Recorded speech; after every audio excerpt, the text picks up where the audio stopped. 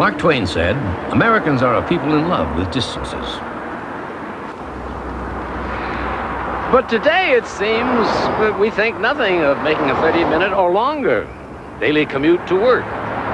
People will drive all the way across town just to go someplace they want to eat. Jumping in a car and taking off for a destination hundreds of miles away is something we pretty much do without a lot of thought. But sometimes the relative ease of distant travel can conceal hidden dangers, as was the case for young Becky Linden and her mother Ruth, who surely never anticipated that they were candidates for a miracle. I miss you, Daddy. I love you. See you soon. I miss you too. I sure hated that you got stuck with all the packing. There's not that much more. If we'd only known that they were going to move the outfit early. Well, we could have made better plans. It's all right, really. We'll see you in a few days. I wish I could drive you. This will give Becky and me a chance to stop and visit with my sister. I'll see you in Fort Bliss. I love you. I love you, babe. Give Becky a kiss for me. Okay.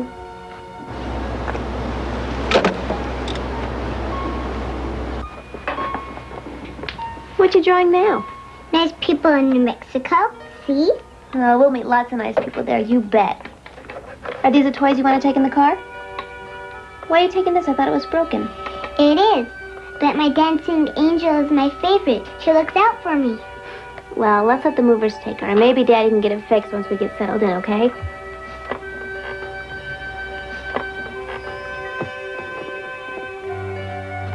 A child's simple drawing can hold so much wonder. And in the case of young Becky's artwork, it held something extra, a premonition of something quite miraculous yet to come. Ruth and Becky had covered nearly 400 miles when she stopped at her sister's home at Santa Rosa in northern New Mexico. The first leg of the journey was behind them without a problem, or so it seemed. Hi. Oh, you made such a good time. There's hardly any traffic the last couple hours. Mommy, my stomach hurts. Are you sick, Becky? Tell Aunt Lucy. I don't know, her stomach always gets upset traveling in the car. This time it seems worse than usual, though. I've got some medicine in my bag. I'll go get it, okay? Sounds like your mom's got just the thing for you.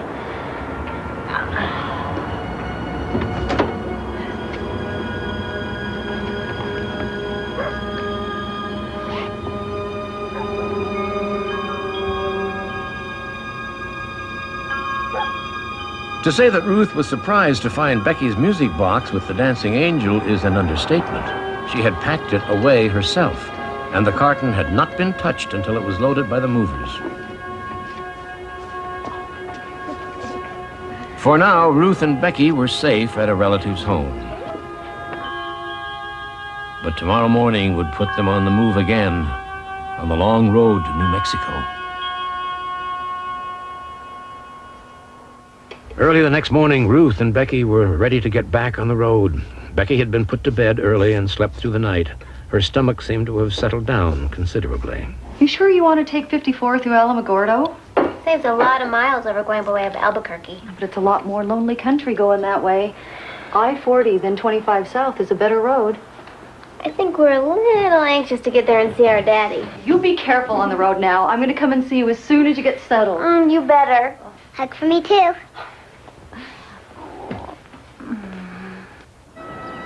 Mother and daughter were on their own once more, away from everything familiar to them. With the early start, Ruth was making good time.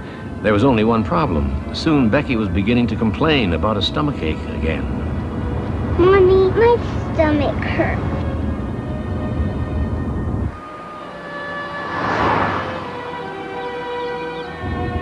A while later, Becky began to complain of the pains in her stomach again, more severe than before.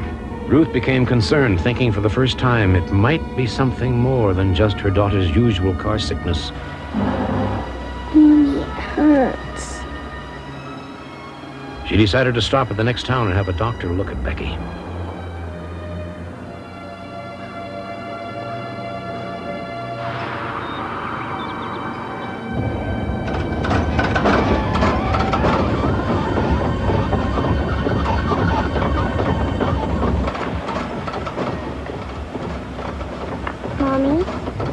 happened to the car? No, no, hon. Maybe it's nothing bad, though.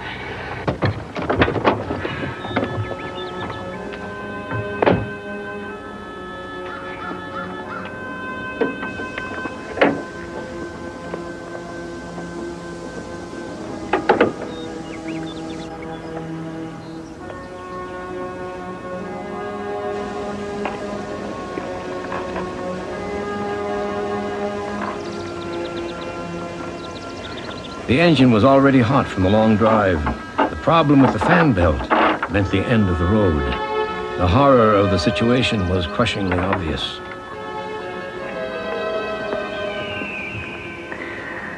On the more heavily traveled Route 180, there was the possibility of the highway patrol or someone else stopping.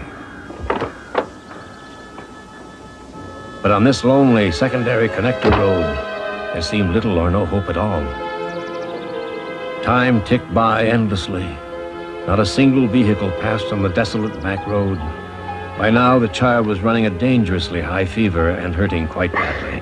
The fearful mother was on the verge of panic. It hurts, Mommy. I know, Beck, I'm sorry.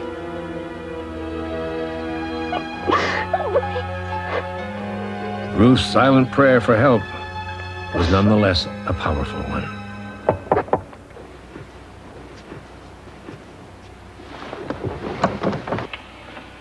Folks having some trouble?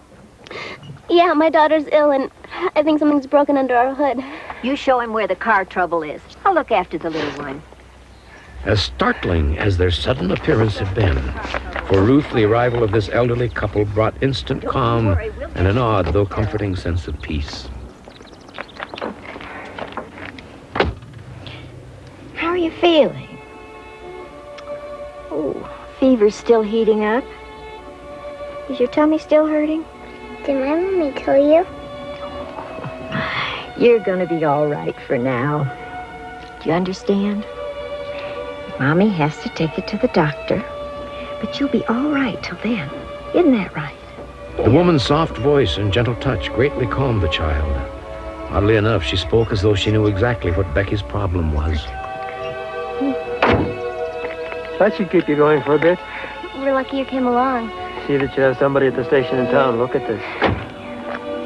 Your little one is resting just fine now. She'll be all right till you get her into town. But you have to take her right to the hospital, dear. Understand? Mm-hmm.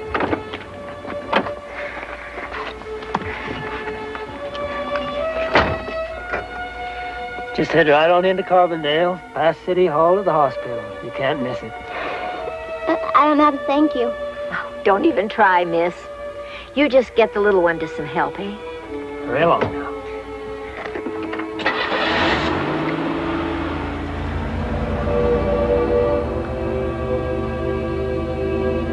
As suddenly as they had arrived, the old couple, along with their truck, were gone.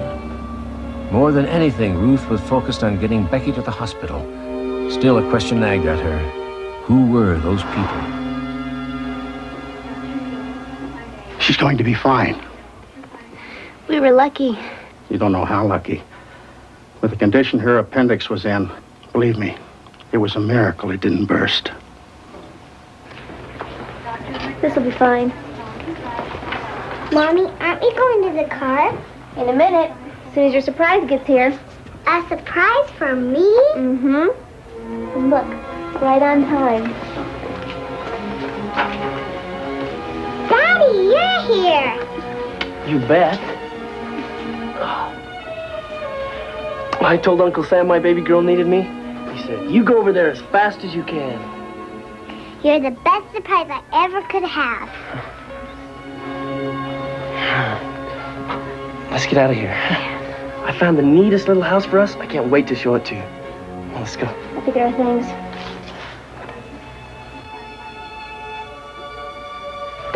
Look at this. That's them. That's the people I was telling you about on the phone that helped us on the side of the road. Maybe that just looks like them. No, that's them. Ruth, it can't be. These folks died in 1958.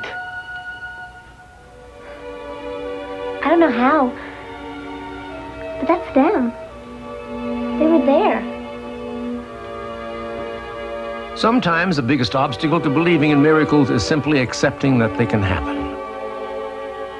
There have been a number of serious works written about guardian angels.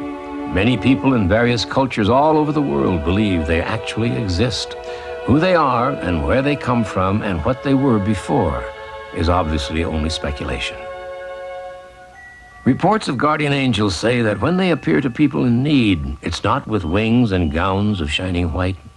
They are said to take the most ordinary of forms, even as an old farm couple in gingham dress and overalls. To me, this force, or this power, or the guardian angels, they look just like you or I do. They don't have wings.